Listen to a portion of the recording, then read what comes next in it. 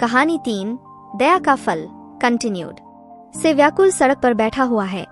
उसके चेहरे पर पीड़ा साफ झलक रही थी। भिखारी के पास कुछ लोग रुकते जरूर थे, लेकिन कोई भी उसे कुछ नहीं देता था। बुद्ध उस भिखारी के पास गए और उसके सामने बैठ गए। उन्होंने भिखारी से पूछा, तुम इतने दुखी क्यों हो? भिखारी ने बताया कि वह कई दिनों से भूखा है और कोई भी उसे कुछ खाने को नहीं देता। बुद्ध ने अपने भिक्षा पात्र से थोड़ा सा भोजन निकाला और भिखारी को दे दिया। भिखारी ने खुशी से वह भोजन खा लिया। उस समय बाजार से एक धनी व्यापारी गुजर रहा था। उसने देखा कि भगवान बुद्ध एक भिखारी को खाना दे रहे हैं। व्यापारी को यह बात अच्छी नहीं लगी। वह बुद्ध के पास आया और बोला, भगवान, आप एक संत हैं। आपको ऐसे भिखारियों को दान नहीं देना चाहिए। इससे उनकी आलस्य और परजीवी वृत्ति बढ़ती है। बुद्ध मुस्कुराए और बोले, दयालुता ही सच्चा धर्म है। भूखे को भोजन देना ही सबसे बड़ा दान है। यह बात गरीब और अमीर दोनों पर लागू होती है। व्यापारी को बुद्ध की बातों में सच्चाई लगी। उसे अपनी गलती का एहसास हुआ। उसने भिखारी से माफी मांगी और उसे कुछ पैसे भी दिए। उस दिन से व्यापारी गरीबों की मदद करने लगा।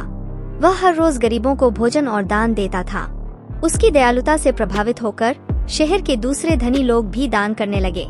धीरे धीरे शहर में गरीबी कम होने लगी। कहानी 4 ईमानदारी का मार्ग। एक बार भगवान बुद्ध एक गांव में रह रहे थे। गांव के पास एक नदी बहती थी। नदी के किनारे एक किसान रहता था। वह मेहनती था, लेकिन वह हमेशा ईमानदारी का रास्ता नहीं अपनाता था।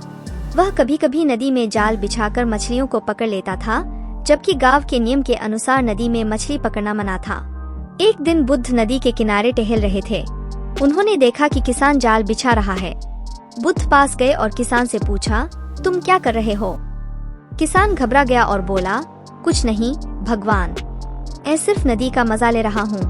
बुद्ध ने उसकी आंखों में झिझक देख ली। उन्होंने समझ लिया कि किसान झूठ बोल रहा है। बुद्ध बोले, ईमानदारी का मार्ग ही सही मार्ग है। अगर तुम गलत काम करोगे तो तुम्हें कभी भी शांति नहीं मिलेगी। किसान को बुद्ध की बातें सही लगीं। उसने अपना जाल समेट लिया और बुद्ध से माफी मांग ली।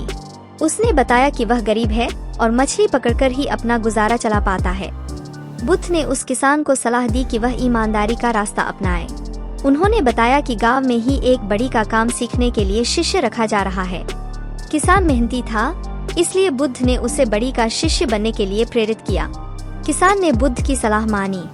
वह बड़ी का शिष्य बन गया और मेहनत करके बड़ी का काम सीखा। कुछ समय बाद वह एक अच्छा बड़ी बन गया और ईमानदारी से कमाई करके अपना जीवन यापन करने लगा। कहानी 5 सहयोग की शक्ति। एक बार भगवान बुद्ध एक सूखे हुए इलाके में पहुँचे। वहाँ कई दिनों से बारिश नहीं हुई थी। खेत सूख चुके थे और लोग भूखे मर रहे थे।